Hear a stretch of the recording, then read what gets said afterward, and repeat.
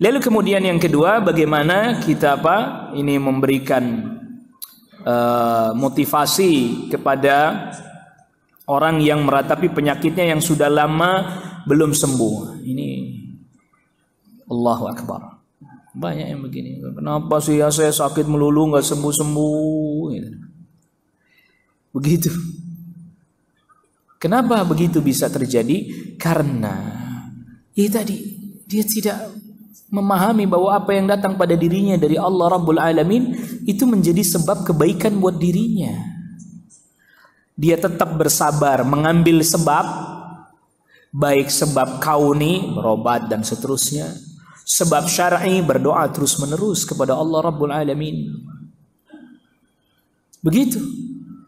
Makanya sampai ada perkataan para ulama, ada yang mengatakan wa ma habbal balaa wataladzudha bihi illa man arafal mubli.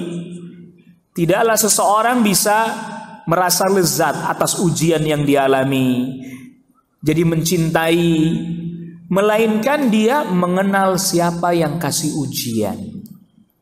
Siapa?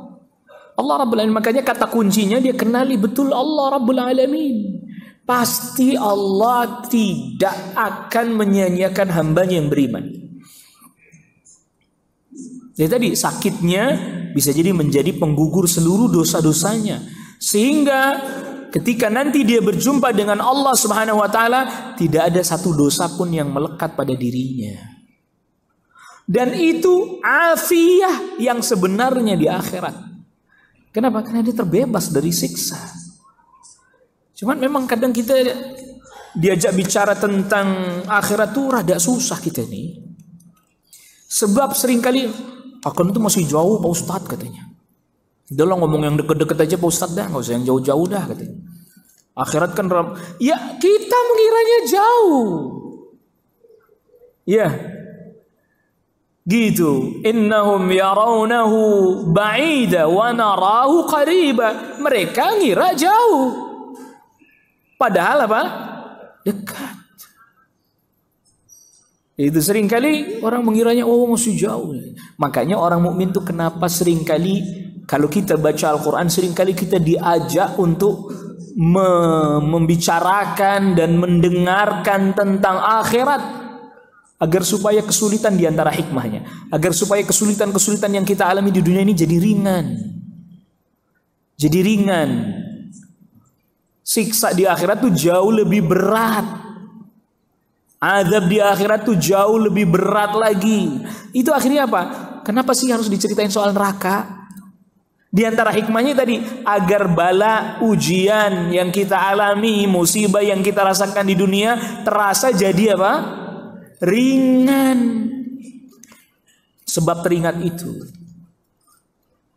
Nah, begitu ya. Jadi ya nasihatnya begitu. Memang ini ada poin penting di dalamnya. Makanya selagi masih sehat, selagi masih lapang, selagi masih pokoknya dalam keadaan yang nyaman lah kita.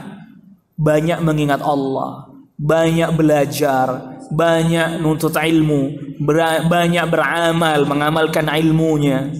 Nanti pas lagi sempit, Allah akan mudahkan kita melalui masa-masa sempit dan sulit itu.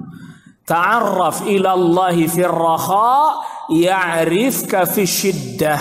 Kenali Allah di masa-masa kita lagi lapang, dalam masa-masa sempit sulit Allah akan mengenali kita, maksudnya Allah akan bantu kita ngelewatin masa-masa apa? Sulit itu. Nah, makanya ini banyak yang terjadi kan begitu.